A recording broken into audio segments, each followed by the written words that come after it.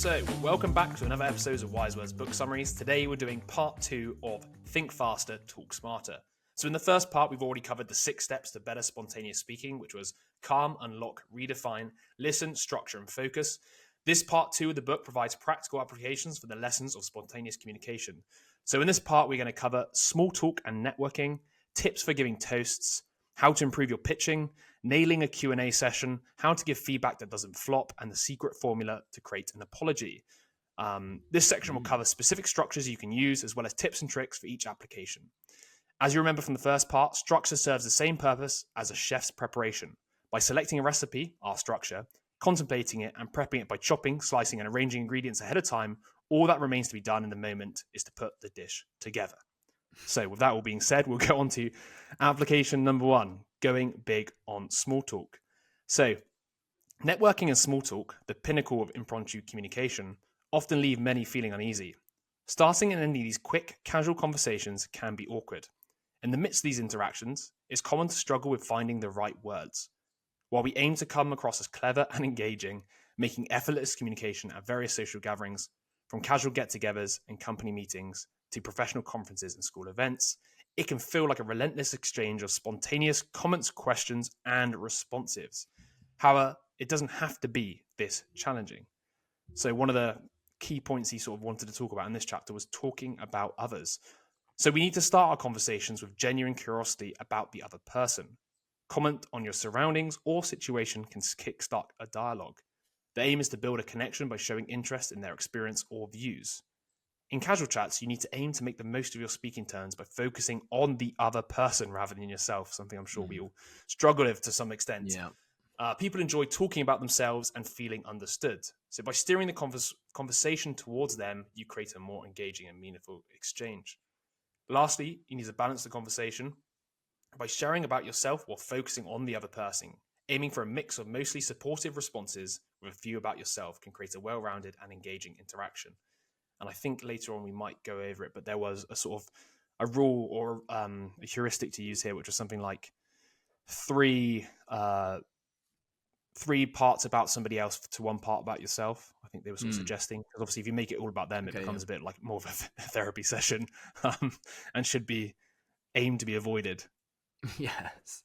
Yeah. So, on to the next part then. Yes. So, support others, stories, and ideas. Experts recommend responding in ways that support the speaker instead of redirecting the conversation to yourself. For example, after someone shares a story, ask questions like, "What excited you about that?" or "How did you feel?" This encourages them to share more and deepens the conversation. And I think we've touched on this before in regard to like open and close questions, but you want to kind of dive into how they felt about something that is more meaningful to them. Yes, they're telling you about the facts of something, but you want to get their opinion on it. You want to get how they experienced it, what they felt, because it's just, that's what most people actually like to talk about. So the next point, avoid common answers. If asked a common question, avoid cliche answers. Offer an interesting detail about yourself to encourage further questions. Then shift the focus back to them with supportive responses. And I believe we kind of talked about this yesterday when we were talking about, coming up with a random kind of answer to something instead of just your heuristic, which is like, "How are you?" "Yeah, I'm fine." You come up with something new that kind of, piques their interest and shocks them out of the normal groove that people fall into when they converse with each other. Yeah. All right. So next point is leave gracefully. Making a smooth exit from conversations means leaving the other person feeling valued. Rather than excusing yourself for personal reasons alone, combine it with a question that shows you've listened and appreciated the chat. This approach ensures a graceful departure, making the other person feel acknowledged. Here are some tips for small talk. Tip 1. Actually, I just want to talk about, I quite like that idea, leaving the other person valued when you leave a conversation. I think that's actually quite an important point, because you leave on a high note and everyone kind of knows that, yes, okay, first impressions are a big thing, but also when you leave them as well. I think that's also something that you tend to remember the beginning and the end of a conversation. And yeah, I think it's quite an important point, actually. I like No, that. it is. Tiva, what you said there about the Oh. sort of beginning and end, the peak end rule sort of thing. He definitely mentions it, and he was saying as well that it can even be something along the lines of like, oh, I really enjoyed talking to you. It was so interesting to hear about da da da da da. Chat soon or something like that. Something to make them feel like, Yeah, oh wow, they actually enjoyed that conversation and they listened because you've repeated back to them. The topic of what you talked about. And I think exactly. it's very like it's something we don't do naturally, but it should probably be something we do more naturally because people are always going to appreciate sort of kind word at the end to be like, I really enjoyed chatting to you. They're not going to be like, oh, this guy, fuck this Mm. guy. Yeah, yeah, 100%. No, I like that. I'm gonna implement that. All right, so here are some tips for small talk. Tip 1: seek comparable levels of self-disclosure. While it's crucial to center the conversation on the other person, sharing about ourselves is also necessary. Aim for a balance. A rough guideline would be 3 supportive responses for every one that shifts the focus back to ourselves. And that's kind of what you were talking about just before, wasn't it? Yeah, Um, exactly. yeah, I think it's such a good point because I remember reading around Stoicism, and they were always kind of saying like, don't talk about yourself, don't bring attention to yourself. And I guess maybe the reason is like, don't bring attention to yourself purely for the sake of gaining attention, but if you have something to offer, then offer it. But I kind of implemented it for a bit, and I felt that sometimes the conversations that I would have with people would kind of dry up and would kind of die, and sometimes they need a bit of like energy, a bit of life bred into them. And I do think that if you contribute as well, then they also have something else to go off, and it gives them plenty of content to ask questions or follow that journey. So I do think it is something that's quite important. Well, I was going to just quickly add, it's probably quite good to link what they're saying to you back to maybe one of your experiences so you can show Mm, that you can either understand them or you can build on it. yeah. Not in a way, obviously, that classic like one-upmanship is like, oh, you went skiing there, well, I went skiing here, and it was awesome. Like, Yes. not like that, And but we all know those people. yeah. Yeah. But so more just trying to add, I guess, value or trying to make a connection that shows to them that you either understand them or maybe gives them a bridge into a separate conversation. It's not like Mm, one-upmanship, but it's more, dancing together in a way. yeah, absolutely. All right. So tip 2 then. Avoid putting your partner on the spot. Matt Abrahams emphasizes the importance of framing conversations around the other person through thoughtful questioning. Avoid any approach that might feel confrontational or overly intrusive. Direct questions, such as, how long have you worked at your current company, can make the conversation feel more like an interview than a casual chat. He suggests using open ended questions that lead to positive discussions like, what do you enjoy doing when you're not here? Abrahams also advises adopting a gently self deprecating tone, which is often perceived as more relatable and charming. Instead of criticizing others or the situation, a self deprecating comment like, I'm glad I'm not the only one who struggles to make a good pasta sauce, can create a more engaging and comfortable conversational environment. Good point. Yeah, Yeah. Great example. it's quite a Great example. funny example. But yes, I do think that what's the word? Oh, I've lost the word. But it like allows them to kind of Self-appreciating or calm. When you're um, yeah, when you're slightly self-deprecating, you kind of show that you're not a threat, yeah, and you that they model can chill out the a little bit. behavior They that don't have to be on you edge. don't take yourself too seriously, don't you? Like I remember from Yeah. the How to Have Impossible Conversations about like modeling the behavior you want them to showcase, and if you can show that you Mm. don't take yourself too seriously, I think they become calmer as a consequence because they know they can be more themselves. You're not going to be like judging them because you're obviously judging yourself in a way that's like uh, I was not going to say favorable, but you're being nice to yourself in the sense by saying, even by judging yourself and making fun of yourself, you're showing that you don't hold yourself to a standard that you're going to be judging them through. Maybe it's probably a Yeah, way of putting it. yeah, exactly. And it disarms them, which is nice. But then you can go too far. I think we all know people that self-deprecate, and then it's like, oh, that sounds a bit a bit too much. Like, It sounds a bit like a Freudian slip. yeah, So, yeah. Like, do you want my help? Is that what you're asking for? yeah, do um, you need Jesus? yeah.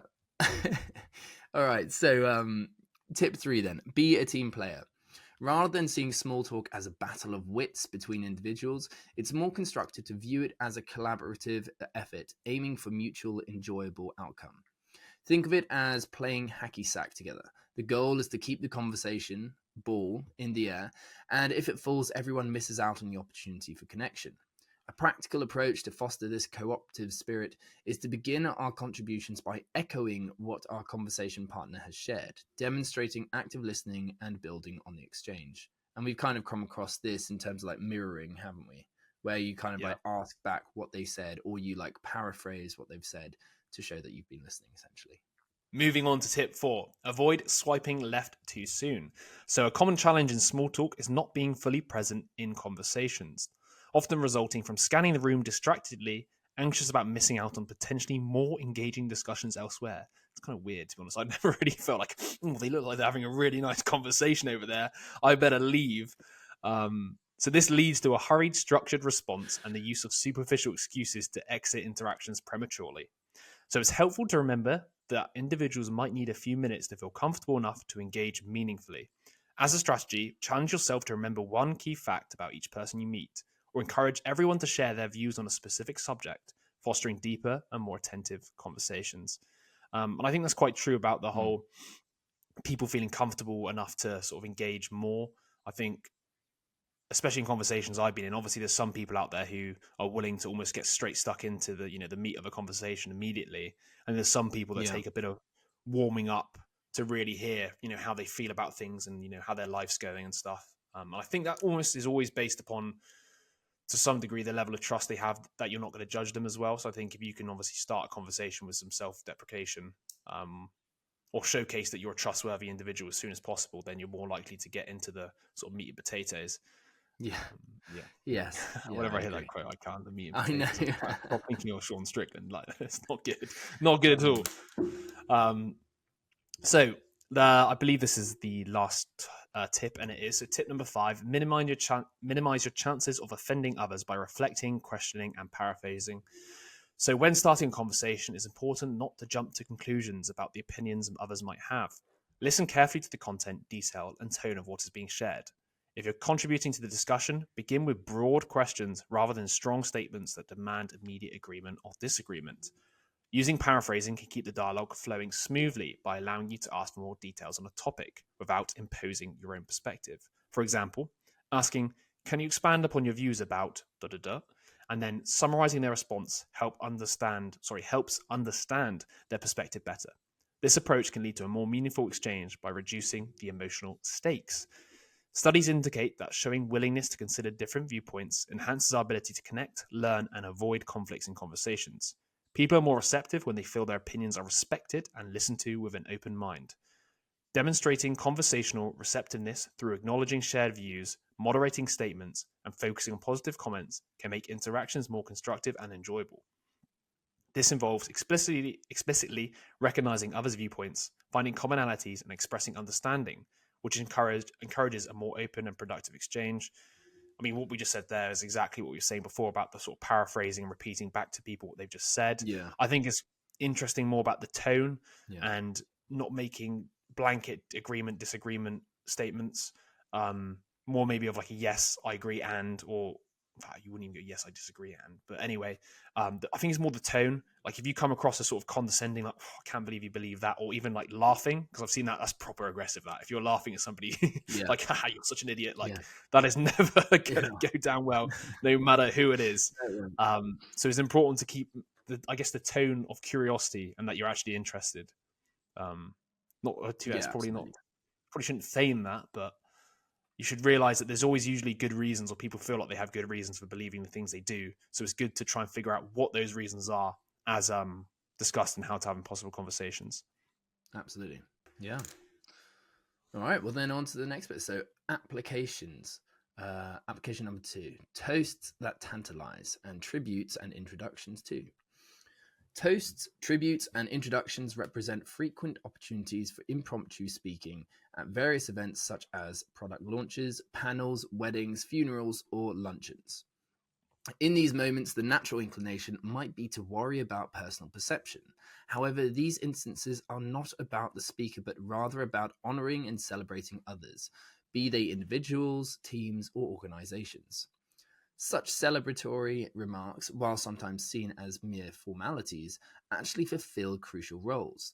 They provide a platform to express respect, appreciation, connection, and understanding towards the honorees. Moreover, they can establish the atmosphere for the event, guiding the audience's focus and setting expectations for subsequent speakers. In responding to requests for celebratory or commemorative speeches, Matt Abrahams recommends a structured approach known as the What framework, aimed at crafting meaningful and impactful messages. He loves the What frameworks, doesn't he? We love the All right, so the What acronyms. framework for toasts. W. Why are we here? Start by clarifying the reason for gathering. This could be to celebrate a significant milestone, remembering a loved one, acknowledging a team's achievement, etc. Then H. How are you connected? Explain your relationship to the subject of the event. This helps establish your credibility and connection to the audience. A. Anecdotes or learnings. Share relevant stories or lessons that highlight the qualities or contributions of the individual, team, or entity being honored. These anecdotes should be engaging, pertinent, and succinct. And T. Thank. Conclude by expressing appreciation and extending good wishes to those being celebrated or remembered, reinforcing the positive sentiments of the occasion. I would say Yeah. that's pretty, yeah. It's a pretty simple, like, kind of structure to follow. It is very simple. I don't know if it's going to be very memorable personally if you do it this way, No. but I think it's really kind of there for the people, or at least in my head, if somebody randomly goes, like you're in a group setting and you happen to be one of the people's friends or something, and they just go, "Oh, speech," and it's like, "Oh, fuck, what do I say?" Yes, yeah, At good least if you point. have Yeah. this in your mind, you can feel less anxious, I guess, or you still feel anxious. Let's be honest, but it's like you know how you're going to structure it, and then it just comes a matter of filling out once again the steps, because Yes. everybody knows the reason why they are there, how they're connected to the person. They know, obviously, or you would assume they would know at least one story for the connection with the person, and obviously thanking people. So I think for me at least, it's maybe not, if you were preparing like a wedding speech, let's be honest, you wouldn't use that. But if you put on the spot and you were shitting yourself, I think that's a very good um, start point. Yes, I agree. I completely agree. I'm going to write that down. Cool. So let's go into the sort of steps one by one. So step one obviously was about why the event. So the purpose of this event, you need to start by articulating the event's purpose from your perspective. This not only helps to foster the audience's focus the audience's attention, but also sets the tone for what they can expect. By outlining the significance of the event, you have the opportunity to share your emotions, emphasize its importance, and kickstart the celebration or commemoration. Step two is the connection to the event, or your connection to the event. So it's likely that some attendees may not be familiar with who you are or your role in the event. So you've got to use this time to explain how you're connected to the individuals or the cause being honoured. This is also an excellent opportunity to provide some background on the subjects of your speech, and if appropriate, incorporate a touch of humour. Yeah. Step three is sharing stories and insights. So this is where you deliver the core of your message, weaving in humor, emotional elements, and valuable lessons. Remember the guidance and storytelling. Ensure your anecdotes are structured, appropriate, concise, and have a clear message. Aim for a duration of a few minutes to maintain engagement without overstaying your welcome. And then the very last, which is the thanking. So step four, express gratitude. Wrap up your speech by extending your thanks to either the audience, those you're honoring, or both. This is also an opportune moment to add any further background details about the individuals, or the groups you're celebrating. So yeah, it's pretty standard. Yeah. I guess always obviously depends on the event, like what you fill in. But I think as a general formula, it does the job. I haven't personally used it yet, but I'm gonna have to keep it in I'm going mind to put just you in on the case spot, somebody. mate. I Oh will. fuck! Please don't. Next time. Oh, funny. All right. Well, then the next section is slightly similar. So tips for giving toasts. So tip one, keep it concise. Aim for brevity in toasts, tributes, or introductions. Overly lengthy speeches tend to dilute the message you're trying to convey, especially when you're among several speakers. Consider how your message fits within the broader context of the events. Tip 2. Embrace emotion. Toasts and tributes often stir deep feelings, whether of joy, as in weddings or graduations, or sorrow, such as funerals or retirements. Prepare for the possibility of emotional overwhelm. If you suspect you might struggle to maintain composure, pre-arrange for someone to support you or have a closing remark ready to gracefully exit the stage. And tip 3, focus on the honoree. In storytelling, minimize the focus on yourself. Limit the use of I in your speech to ensure the spotlight remains on the individual or group being honored. Tip 4, ensure stories are inclusive and suitable. Choose anecdotes that all attendees can relate to and enjoy, ensuring the language and content are appropriate for the entire audience. Yeah. Tip You imagine that 5. could go quite wrong What's if you're in the that? wrong place. It's like you can imagine it could go quite wrong if like a like a funeral or something, or like Yeah. or a wedding, and you just the wrong story, wrong place. Oh, God. Yes. Yeah, you can imagine. Tip 5, promote harmony. In today's divided world, seek commonality in your public remarks. Aim to unite your audience with statements that resonate universally, without sacrificing your principles. Finding common ground is often more feasible than it seems. And then finally, tip 6, facilitate success for others. Consider your role as a precursor for subsequent speakers. Endeavor to create a conducive environment for their success, akin to clearing the runway for a smooth continuation of the event. Yeah, nice little framework that. I think I would definitely use it I was laughing if at I those was two. giving a toast or something.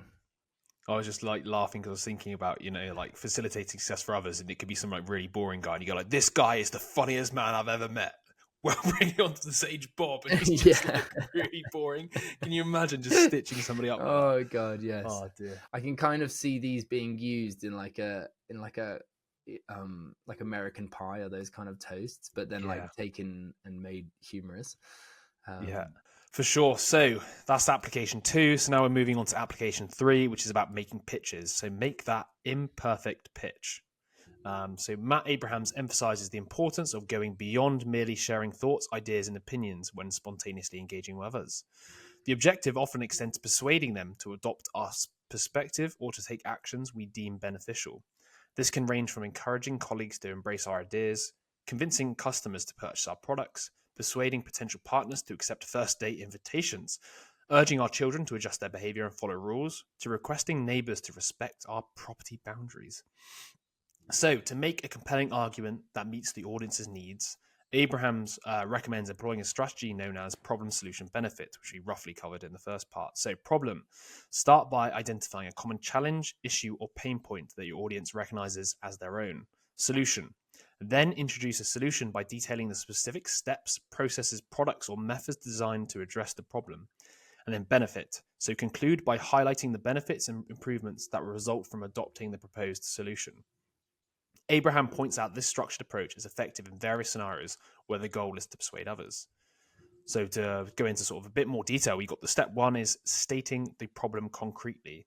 So you need to start by describing the problem in a straightforward and relatable manner, ensuring it's understandable to your audience.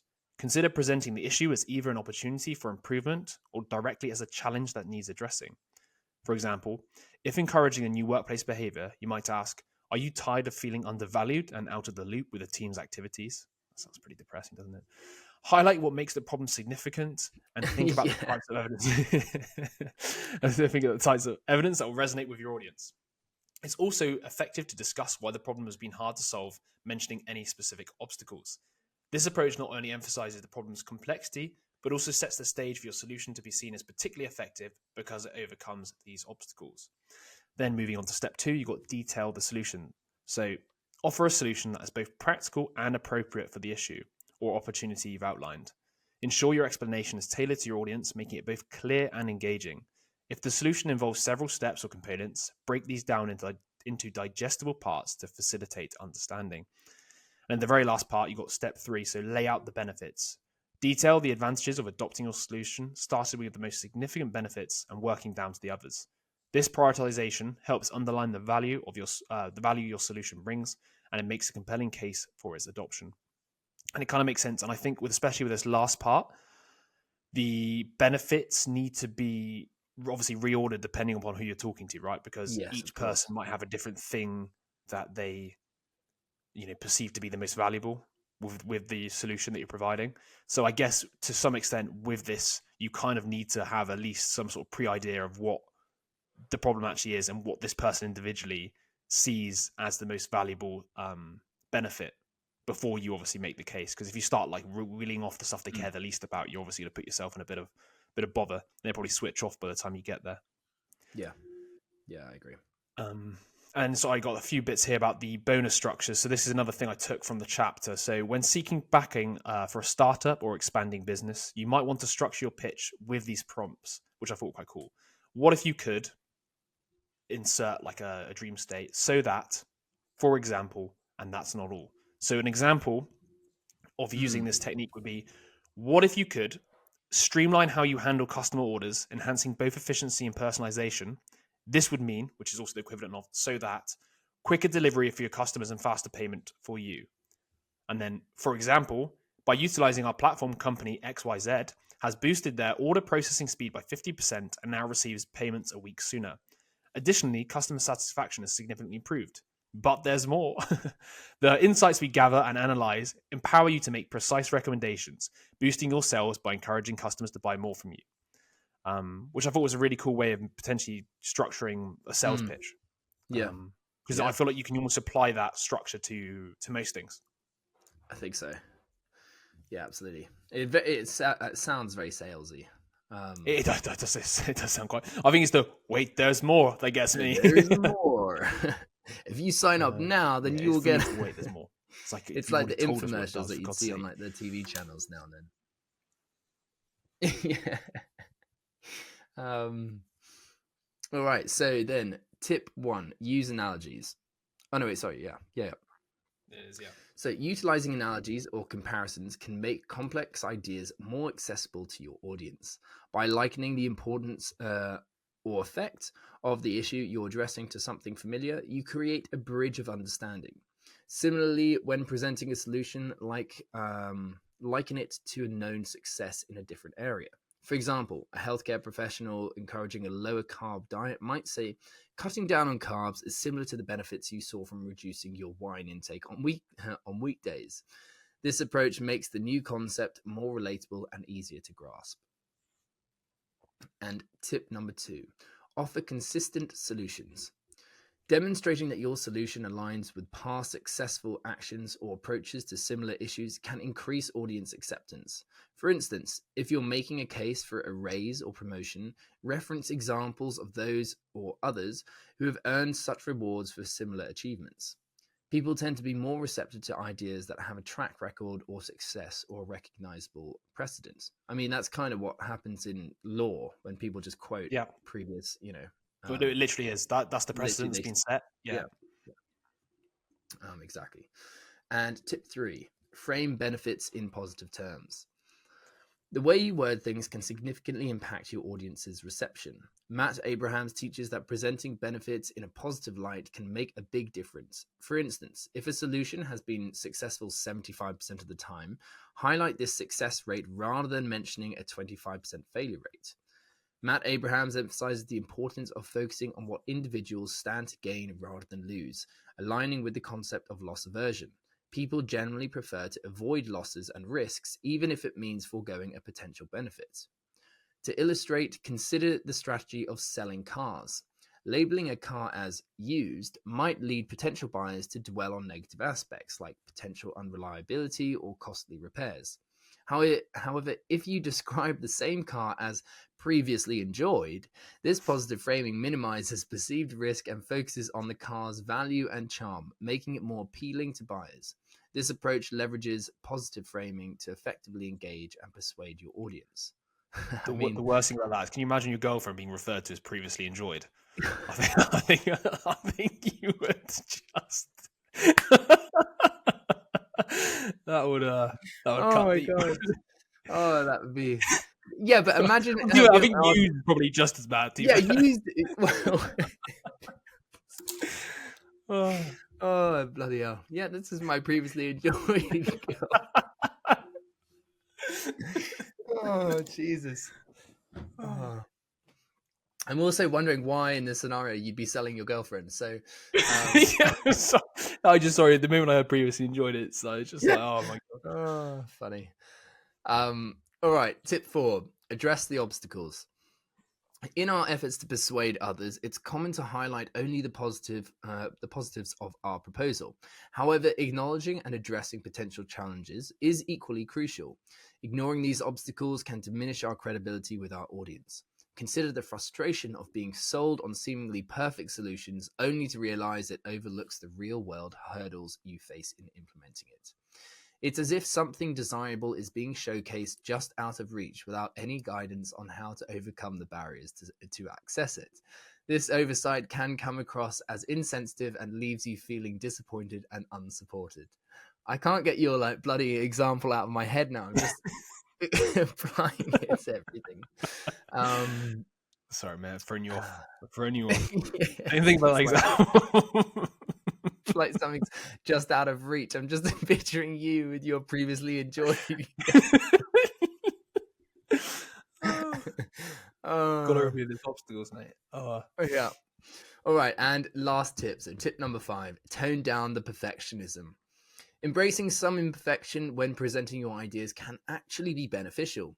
Baba Shiv, a marketing professor, notes that overly polished presentations often attract more scrutiny as audiences tend to look for faults.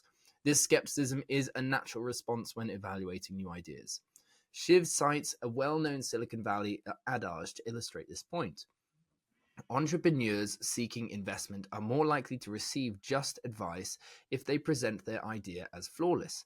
However, if they approach investors seeking advice, acknowledging their concepts' imperfections, they're more likely to secure funding.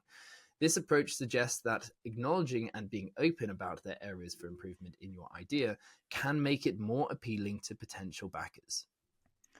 Kind of makes sense, I guess. I mean, especially in that Yeah. context, it shows they're going to be willing to listen to their expertise.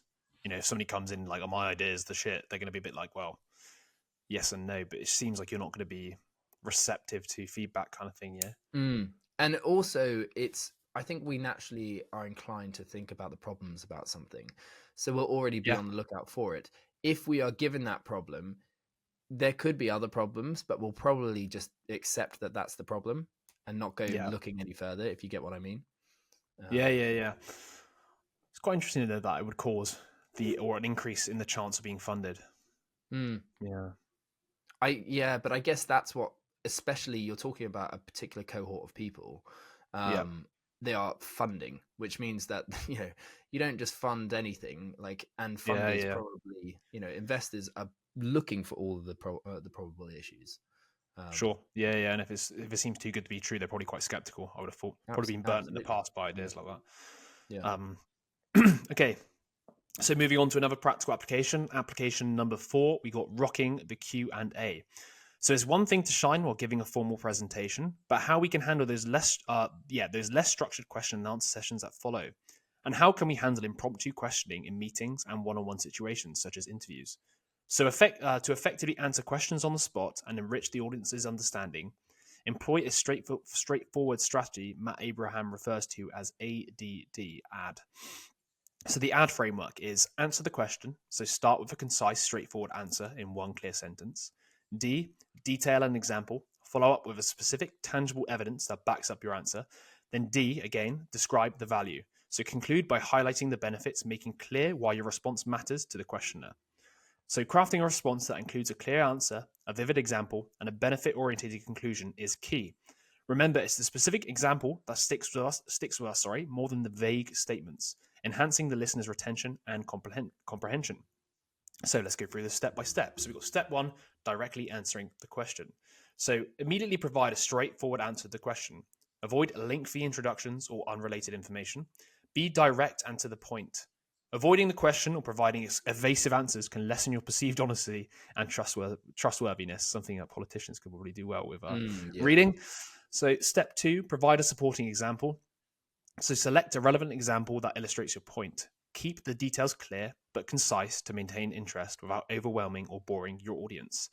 The right balance of detail will engage rather than distract. And in the very last step, you've got highlight the benefits and relevance. So do not assume the audience automatically grasps the significance of your answer. Explicitly state the key benefits and relevance of your response to the questioner. Clarifying the advantages helps underscore the value of your answer and enhances your perceived expertise.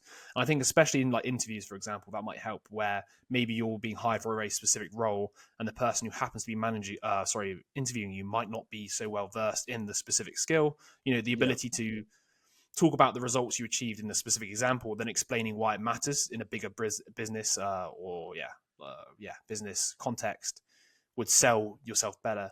And it's actually it's for me, this is one of my favorite of the frameworks. So I think it's so simple, but I can see the value in it massively because it literally is just you answer them, you give a great example, and then you literally tell them why the example matters. It doesn't really get much more simpler than that, and the logic flows very nicely. But I can see why it's a great structure. So then we've got for this application, we've got some more tips to improve the structure. So we've got tip 1, anticipate questions beforehand. So while the Q&A sessions may seem impromptu, a bit of foresight can enhance your readiness. So reflect on the potential questions related to the key points of your presentation or any challenging inquiries you anticipate. You need to consider the audience's background and interests to predict their questions. Preparing your responses using the ad framework not only makes you more convincing, but also allows you to use these moments to delve deeper into your subject matter. Tip number 2. So strategically schedule the Q&A session. So Q&A doesn't always have to be a concluding act.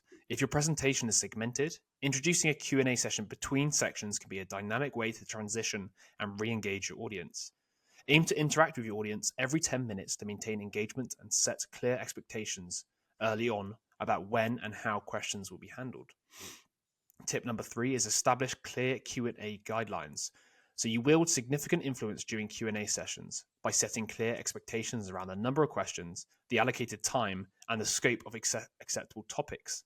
Establishing these boundaries upfront empowers you to gracefully navigate or decline off-topic inquiries, maintaining the session's focus and effectiveness. I think it's quite a good one, isn't it? It's like, I'm only accepting questions about this, so if you ask me anything else, I'm not. And then when somebody asks you a stupid question, it's like, whatever.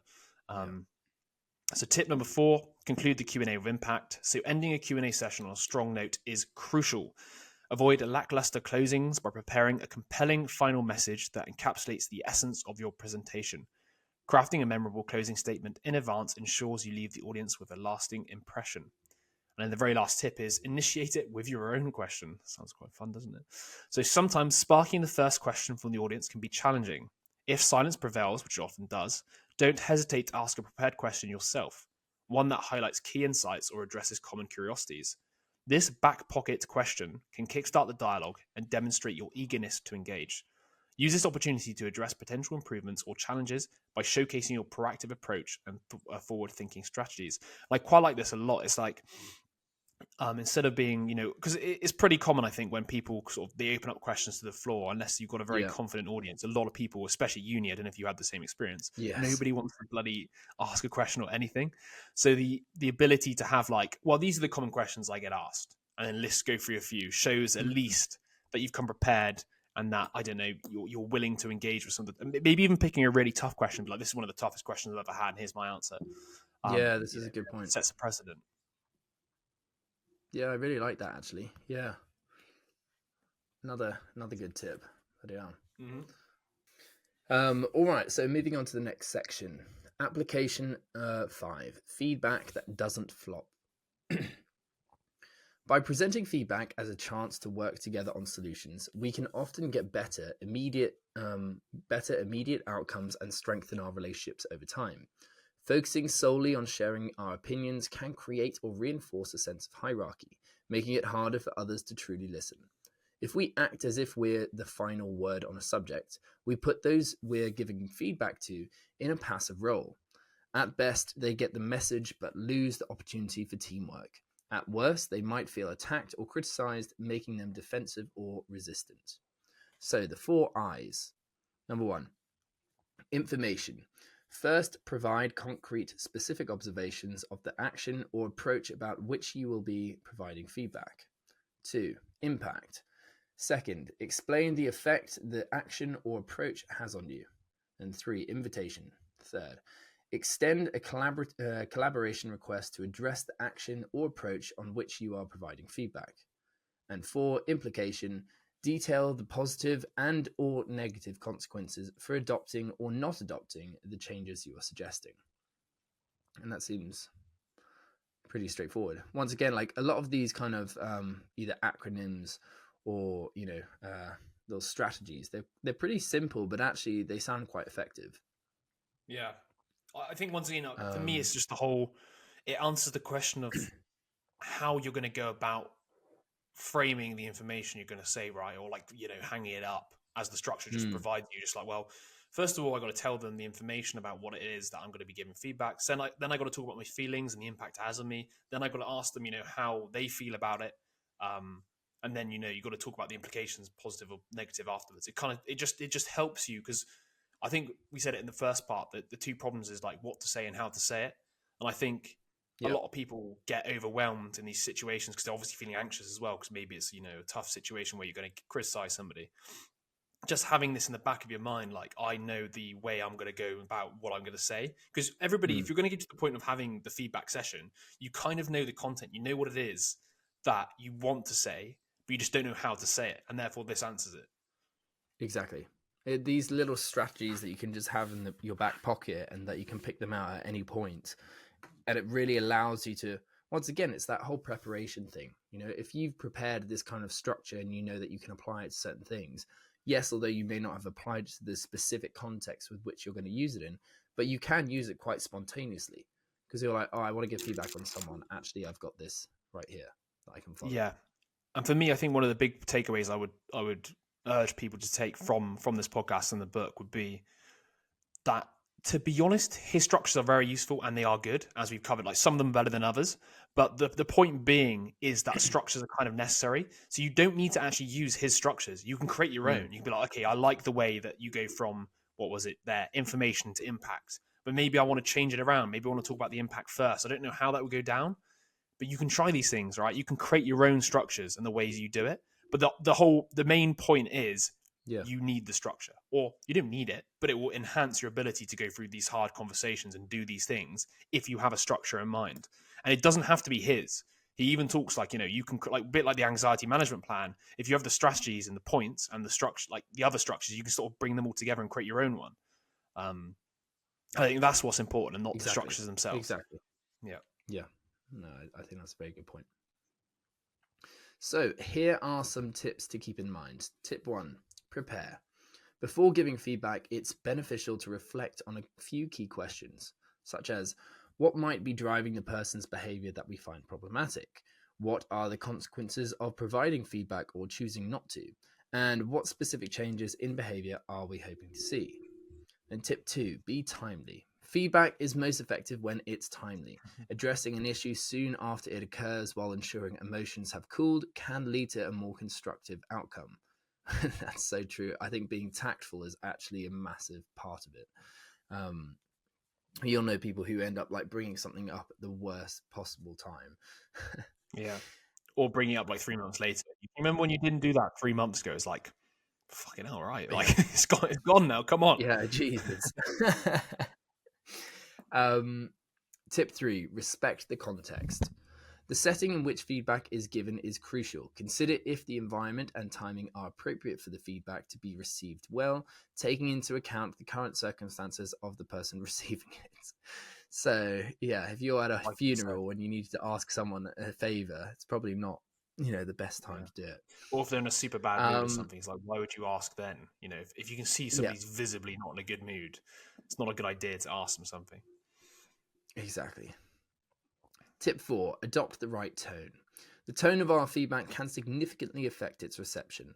Using the 4 I's framework can guide the tone to ensure it's received as intended. Tip 5, stay balanced. Strive to balance critical feedback with positive reinforcement. Starting with a positive note can highlight the value you see in the person and their work, making them more open to constructive comments. And that's your thing that you always talk about, the shit sandwich, isn't it? Yeah. It's like, if you're going to give someone like, some critical feedback, then layer it with 2 kind of, compliments. Yeah. Okay. Tip 6, Right? Yeah, it is tip 6, I Yes. believe. Yes. Sorry. Tip 6: monitor emotions. Be attentive to the recipient's emotional response to feedback. Signs of defensiveness or distress call for an adjustment in how the message is delivered. And tip 7: stay focused. When giving feedback, remember that less can be more. Offering too many points at once can overwhelm the recipient, making it hard for them to absorb and act on the feedback. Prioritize the most critical feedback to ensure clarity and effectiveness. And I think that last point I is mean, actually quite good. Like, you don't want to I think overwhelm the it's person huge. with so much. Yeah. I think it's huge, not even just the fact you don't want to overwhelm them, but you might also bring in stuff that's completely irrelevant. So, like, oh, you're trying to argue about this or trying to tell them this, Hmm. but you also have another list of things you want to also discipline them on, let's just say. But if you bring them all in once, they'll be a bit Yeah. confused. Like, oh Yeah. my God, Yeah. why are you dumping this all on me? Just like, let's focus on one and resolve the first thing first. And then, bring up the next one another time, right? Because otherwise, I feel like it's really hard to solve 3 problems at the same time when it can just be, focus on one, get that one done, then do another one, but give it some space. Yeah. Completely agree. Cool. Cool, cool, cool, cool. So we are now on to the very last application, which is the secrets to saying we are sorry. So, mastering the art of apologizing is an invaluable skill, particularly as we venture into more spontaneous interactions and strive to present our authentic selves. Yet many struggle with the nuances of delivering a sincere apology. In instances where we're inadvertently offended someone, an inept apology can exacerbate the issue, leaving feelings unresolved. So far from being a mark of vulnerability, offering a genuine apology is a demonstration of courage and integrity. It reflects a deep respect for our relationships, extending even to those with whom we are less familiar. It signifies. My God, am I saying it right? I can't even say it right, can I? Signifies? It signifies. Oh my, signifies. Oh my God. I'm just throwing It an F's here, right and signifies. centre. It signifies, right? It signifies a willingness to prioritize harmony and mutual respect over pride, fostering a positive atmosphere for all involved. So, this formula for apologies is the AAA formula, not to be confused with the roadside assistance. Um, Acknowledge is the first one. First, identify the offending behavior and take responsibility for it. Appreciate. Second, publicly accept how your offense has impacted others. And lastly, amends. Detail how you will make up for your offense, specifying what action you will take or refrain from taking to remedy the situation or how your thinking will change. I think the amends thing is pretty important because it's like, fine, I know I've upset you and it's on me, and I understand how it's upset you. But then if you don't say anything, that's like, how are you going to stop it from happening again, especially if it's like a repeated Yeah, yeah, offense? yeah. It's almost like what's missing a lot from like, I was thinking about this the other day only because I obviously recently read this and then saw, I can't remember what it was, it's just a You had to classic sort of, apologize to someone. no, it wasn't even me. I don't apologize. What are you on about? I'm going to start doing it now. But Yeah. basically, it was something on the news channel or something like that. And it's somebody screwed up something classic. That's always that gets reported, right? And it's the classic like PR speech of like, we are always upholding, diversity, and like we always put our customers first.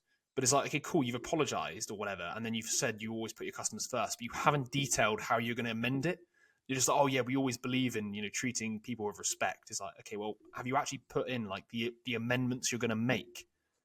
People will Mm, believe it more if you literally just like, yeah, so what we've actually done after the back of this is we've decided we're going to retrain all our staff on this, and this because we believe, customer satisfaction is important.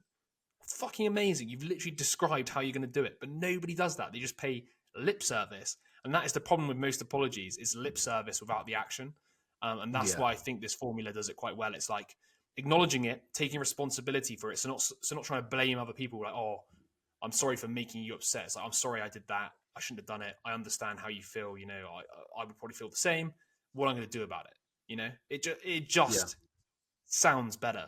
And I mean, just I'm sure people who are listening could acknowledge, or even just from a thought experiment, run through that and be like, if somebody did that to me, I would probably accept their apology. Obviously, depending, of course, what it fucking is. But you would feel a lot better at taking that as an apology than you would somebody not detailing how they're going to try and change the behavior that caused it in the first place. Or even worse, the whole, oh, I'm sorry that you're upset. You know, it's the whole like, oh, it's your problem, you're upset, not mine. which is like literally the worst apology because it's not an apology. Yeah, exactly. And I think it incorporates the other person. When you lay out a plan, it incorporates them, and they get to have a say in whether they think that the process that you're going to go through to apologize would actually work. It's like, oh, okay, we Yeah. understand that this was an issue, and we're really sorry about that. We appreciate blah blah blah, but this is how this is the step plan to fix it. But it also incorporates the other person who's been at the other end of it, because they get to say, actually, that won't work, or I don't believe you, or Yeah. it's No, I didn't even think about that, but you're right. It allows them obviously to come in with that's probably not good enough. But also, I guess another thing as well is it yeah. signals that you've actually thought about what you've done. Because if you've thought about what you've done, you've then come up with a Yes, solution absolutely. to the problem. It like showcases them that it's not only something that you've like, because it's so easy to just be like, yeah, you're right, I'm sorry. Like, fine, that is really easy to do at any time, right? Because it's just words. But the whole idea of I've actually, Yeah, synthesized what you've said to me. I've understood my responsibility. I've figured out a potential and amendment that I could do in my future behavior. They're going to be like, wow, like this person's actually considered the perspective that I've said to them.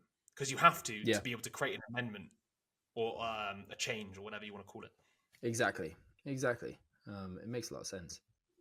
So yeah, we've kind of just delved into it anyway, but we're going to go through the steps. So, step 1: acknowledge the action and accept responsibility. So, a true apology starts with a direct acknowledgement of the wrongful act and an acceptance of personal responsibility, which is the key part. So, avoid non-apologies that deflect blame by saying things like, "I'm sorry if what I said offended you," which insinuates that the issue lies with the other person's sensitivity rather than your actions. So instead of offering justifications or excuses for your behavior, it's crucial to specifically address what you did or failed to do. Genuine ownership of your actions is essential for the apology to be effective, and that's just so true.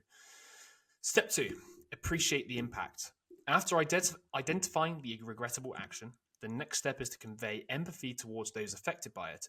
It's important to communicate an understanding that your actions were not only wrong, but also harmful.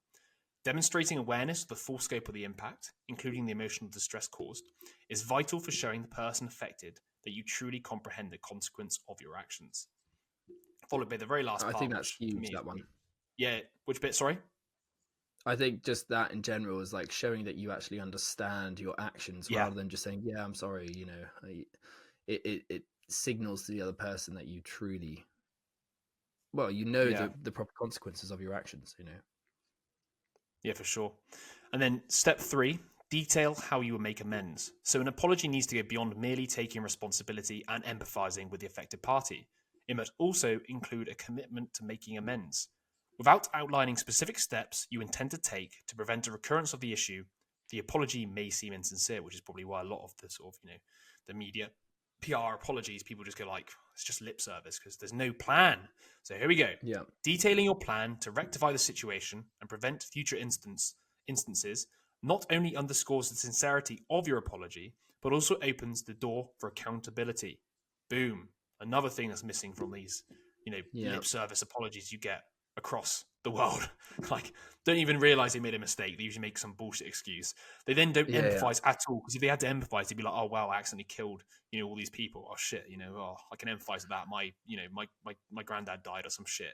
And then yeah, don't actually say anything about a plan. It's just the classic.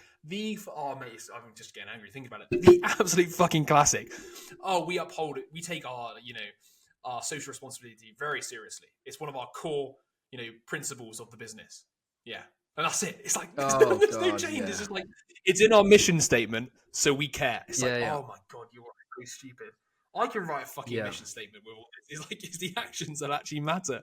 Oh, got it. Fucks me off And the more I once think. again, like going back to what we were talking about before, when you provide a plan and it shows whether it's worthy of the Mm, apology, of the other yeah. person accepting your apology, right? When you see like all of this, when all these companies, where some company will like poison the water, and then all these people get ill and get cancer and die, and they're like, we're really sorry about this. Yes, we're going to make sure that we get on top of this straight away. It's not enough, right? Like you need Yeah. something that is worthy of being forgiven. And that's another reason, I think, when you put out that plan, that it shows whether it's worthy or not. For sure. And I think the important part here, which we talked about earlier, which is they can first of all criticize the plan. Like you said, it'd be like, that's not enough. But they can also, Yeah. I like the idea of the accountability actually. Like, you said you're going to do Mm. this. So Yeah. where's the proof in a year's time? Like, give us proof. Yeah. Like, fine, cool, great, you're going to Yeah. do Yeah. this, but we need the proof that you've actually done this. It's not like, oh, we uphold, diversity in our business principles. Okay, like, how have you actually fucking done that? Like, how have you Yeah. actually Yeah. taken action on these like core Hold principles them you claim accountable. to have? Yeah. Always just words, which is why everybody gets so annoyed with the sort of PR speak. It's just like, you've just done lip service, and that's one of the most annoying things ever, because it's just not an apology. It's just not a change. It's just, Exactly. yeah, we take it Yeah, very and it's seriously. treating them as stupid. You know. Yeah, no, it is. Yeah, it is. And I think people are so much more intelligent than people give them. Yeah, but people are so much smarter than people give them credit for. They're looking for deception. Like, we are built to look for like slights and people trying to lie to us. Right, that's part of our like evolutionary heritage, to try and pick out like cheaters. So everybody's really good at like finding that stuff, and they just see the media and think, "Fuck me, what are these like? Why are these guys saying the same things again and again and again?" And think we're gonna believe it every time they say it, without Yeah. meaningful action plans, which they can be Yeah. held accountable against. All right, well, on to the last section then. So, this last bit, here are some further thoughts on how you might enhance your use of the AAA and improve the impact of your apologies. So, tip 1, don't pre apologize. Offering an apology in anticipation of a mistake, such as being late or potentially offending, might seem considerate, but often raises questions about. Sorry, I'm going to cheat on you. Yeah, yeah. Hello, previously enjoyed girlfriend. I'm about to sell you. I hope you're okay with Oh, that. For instance, saying I might be 30 minutes late, so I apologize in advance. Might make other questions why adjustments weren't made to prevent the delay if you were aware of it beforehand. Pre-apologies can inadvertently highlight the forthcoming error, making it more likely for others to notice and remember it. That's a good point. Tip 2, don't wait too long to apologize. While apologizing late is better than never, While apologizing late is better than never apologizing, timing is crucial. Immediate circumstances might not always allow for an instant apology, such as needing to wait until a meeting concludes or until you see someone again. However, delaying an apology for too long can compound the issue, so it's important to find the right moment to express your regret sincerely and appropriately. And finally, tip 3, be specific, clear, and brief. A concise and straightforward apology often suffices. Over apologizing, driven by guilt or anxiety, can overwhelm the recipient and dilute the sincerity of your message. It's not necessary to repeatedly apologize or offer apologies for a minor or inconsequential action. Apologies should be reserved for meaningful errors, ensuring they retain their significance. Adopting a measured approach to apologizing helps maintain the impact and value of your words. And I think that's quite a good point. You don't want to dilute the value of your apologies by constantly making them all the time for the smallest of things, or over apologizing all the time. Yeah. Yeah. It definitely loses its like strength if you just say sorry for every sort of minor slight. Yes, absolutely. Cool. So that was part 2 of Think Faster, Talk Smarter. So we covered small talk, toasts, pitches, Q&As, feedback, giving feedback, as well as apologizing. I'm sure people would have found something useful from that, because there's so many different tips and tricks. Once again, it's probably overwhelming to try and apply all of these. Maybe stick to one. And as mentioned, I think in the previous part 1, you definitely listen to that if you haven't already. There's a part around about practicing these structures. So a great way of doing it would be either using like your mind to think of something you might apologize for, let's just say, or using ChatGPT or any sort of Google search to find you problems that you could then put into these structures to try and practice using them on the fly. Because the only way you're going to get good at using these is by repeatedly doing it in practice. But I'm hoping, having listened to this, you will all understand the value of having these structures sort of at the back of your mind whenever you come across these situations where you may need to use them. Because, just from reading it, I mean, I personally haven't used too many of them yet. I tried the now, so what was it? What? Now what? So what? Or whatever it was. I've tried that a couple of times and it's worked, at least from my perspective of trying to frame information. But yeah, it's definitely something you should at least pick one or two. That's what I do and start practicing. Yes, yeah, I think that's wise. Don't overwhelm yourself by taking on too much. But I do think it is good. And like you said, these structures that he lays out within the books, within the book, they don't have to be taken, word for word. You can create your own kind of structures, but the concept is there. You can prepare by having a bunch of these structures at your disposal so that you can whip them out at a certain point in time when it's appropriate. And and then it will just help you communicate a lot more effectively. Yes, and hopefully it'll give you confidence to be able to communicate on the sort of off the cuff, because that's probably one of the hardest to do, especially as your emotions will take over and you'll feel anxious, etc. So yeah, well, it will help you think smarter and talk faster. No, is that it? No, think faster, talk smarter. I fucking get those two mixed up all the time. Mate, trust me, that's why I had to write it down, otherwise I forget it. Because I tried to do a hot tub time machine moment just there by looking into the camera and clearly just fucked it. So I did it. So anyways, try it again. Come on, take two. Yeah. All right. So that's for think faster, talk smarter. Yeah, you got it. Fantastic. And I don't know what we're doing next, but we got plenty more in the pipeline for the communication books. We might redo the How to Have Impossible Conversations. I got the book I wanted to do with you, Win Every Argument, which is very good. And then there's plenty more. Plenty more. So stay tuned. Yeah, so many on the go.